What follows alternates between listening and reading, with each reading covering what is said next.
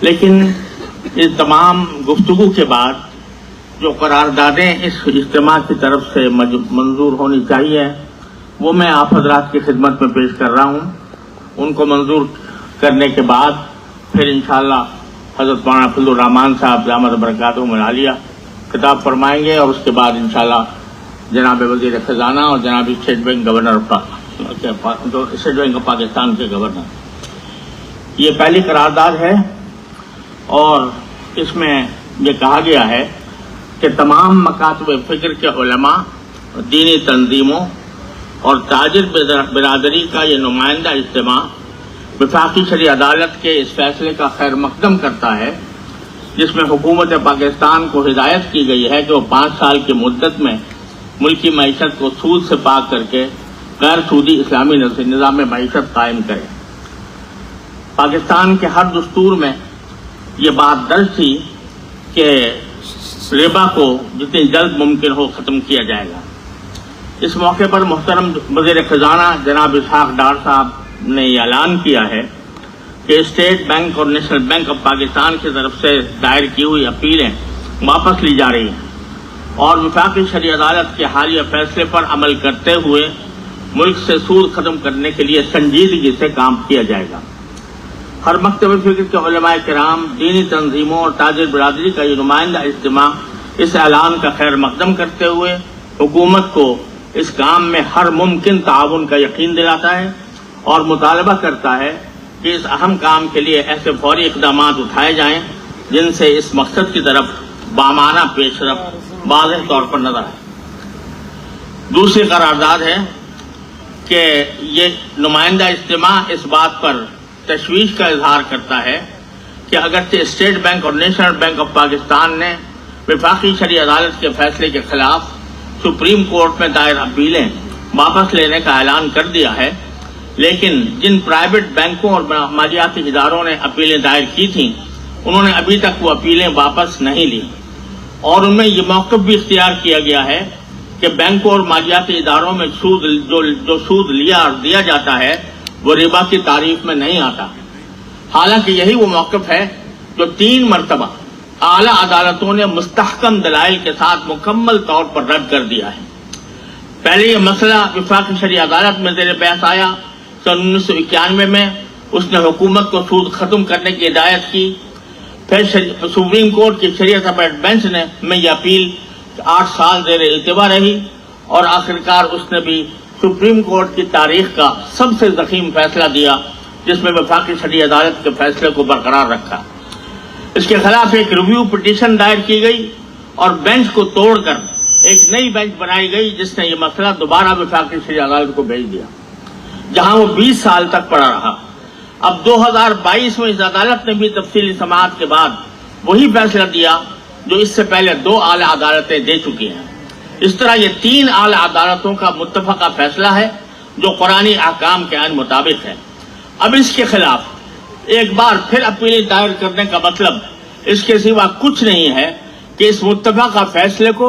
31 سال کی جد و جہد کے بعد پھر غیر معینہ مدت کے لیے سرد خانے میں ڈالنے کا بہانہ بنایا جائے. لہذا یہ نمائندہ تمام مکاتب فکر کے علماء، دینی تنظیموں اور تاجر برادری کا یہ نمائندہ اجتماع ان پرائیویٹ بینکوں اور مالیاتی اداروں سے پرزور مطالبہ کرتا ہے کہ اسٹیٹ بینک اور نیشنل بینک کی طرح وہ بھی اپنی اپیلیں فوراً واپس لے کر اپنے نظام کو سود سے پاک کرنے کی کوشش میں لگ جائیں اور اللہ تعالیٰ اور اس کے رسول صلی اللہ علیہ وسلم سے جنگ ٹھاننے کے گناہ سے اپنے آپ کو بچائیں. یہاں میں بھی یہ بھی عرض کر دوں کہ جناب مفتاح اسماعیل صاحب جو پہلے گزشتہ وزیر خزانہ تھے، انہوں نے تمام بینکرز کا ایک اجتماع اسٹیٹ بینک میں بلایا تھا اور اس میں یہ بات رکھی گئی تھی اور اس کے تمام شبہات اور اشکالات کا ہم نے جواب بھی دیا تھا، اور اس میں یہ طے کیا گیا تھا کہ اگر کوئی وفاقی شرعی عدالت کے فیصلے میں کوئی بات وضاحت طلب ہے تو اس وضاحت کو بجائے اپیل کے ذریعے سپریم کورٹ سے طے کرانے کے خود وفاقی شرعی عدالت میں ریویو داخل کیا جا سکتا ہے اور اس وضاحت کو وہاں سے حاصل کیا جا سکتا ہے. یہ بات تقریباً سب کے اتفاق سے طے ہو گئی تھی، مگر افسوس ہے کہ ابھی تک پرائیویٹ بینکوں نے اپنی اپیلیں واپس نہیں لی اور وفاقی شرعی عدالت کی طرف رجوع نہیں کیا.